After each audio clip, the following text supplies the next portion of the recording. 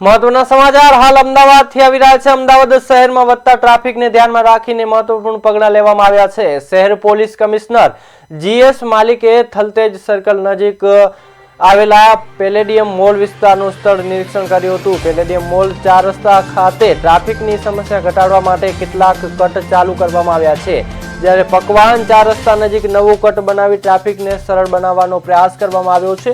Palladium mall overbridge નીચે traffic police દ્વારા 2 નવા યુ-ટર્ન કટ બનાવવામાં આવ્યા છે અને સમગ્ર વિસ્તાર માટે રોડ મેપ તૈયાર કરવામાં આવ્યો છે। કમિશનરે આ કામગીરીની સમીક્ષા કરી જરૂરી સૂચનો આપ્યા હતા।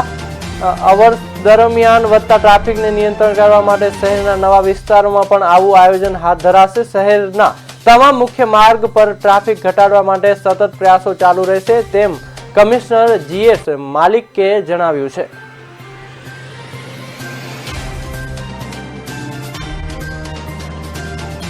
हम तो पुलिस तरफ से रिक्वेस्ट કરીને કોર્પોરેશનના અમુક વચ્ચે 2 કટો લગાડ્યા છે, પણ આને કાયમી કેવી રીતે ઉકેલ કરાય એના કોર્પોરેશનના અધિકારીઓ પણ છે, આ ટ્રાફિક એક્સપર્ટ છે, એસવીએનઆઈટી સુરતના તે એડવાઇઝર છે।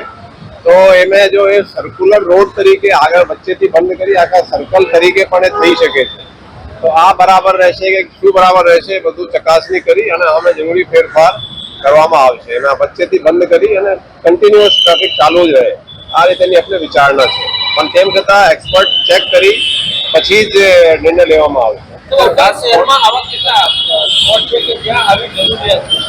આપણા ટ્રાફિક પોલીસથી તમે જુઓ તો ખાસા અમુક ટ્રાફિકના કટો બંધ કર્યા છે। આ રોડ ઉપર તમે આજ હાઈવે ઉપર આગળ જાઓ તો નિર્માની આગળનો એક કટ પહેલા બંધ કરાયો, પહેલા આગળ પણ બંધ કરાયો, વચ્ચે વચ્ચે શું હોય ને કે અમુક લોકો જે સ્કૂલ થઈ જાય કે અમુક થઈ જાય છે, પેટ્રોલ પંપ વાળા ખોલાવી લે, ઘણા બધા એને ખોલાવી લે જ્યાં જરૂર નહીં હોય, ત્યાં એક્સિડન્ટ પણ થાય છે, લોકોની મૃત્યુ પણ થાય છે।